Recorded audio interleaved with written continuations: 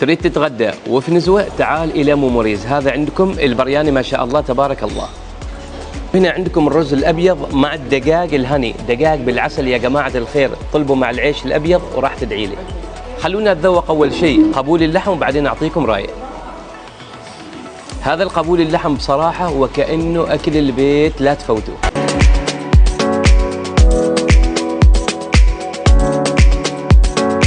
موقع مطعم موموريز في ولاية نزوة، حيل فرق بعد قصر الصناعية باتجاه مسقط، بيكون على يدكم اليمين. وإذا ما عرفت الموقع اكتب في جوجل ماب مطعم موموريز. إن شاء الله تبارك الله. وهنا عندهم باستا الدجاج اللذيذة ما شاء الله تبارك الله. انت وعائلتك ومع ضيوفك ومع من تحب جيت الى موموريز راح تدعي لي من الاخر اعطيك اياها.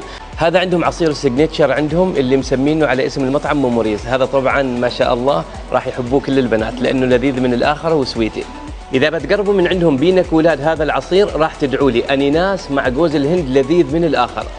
وبعد ما تخلصوا ماكلين حلوا معاهم بأم علي. وعندكم هنا الكنافة اللذيذة يا جماعة الخير، بسم الله ما شاء الله. ولا تفوت أيضا تحلي من عندهم بالتشيز كيك.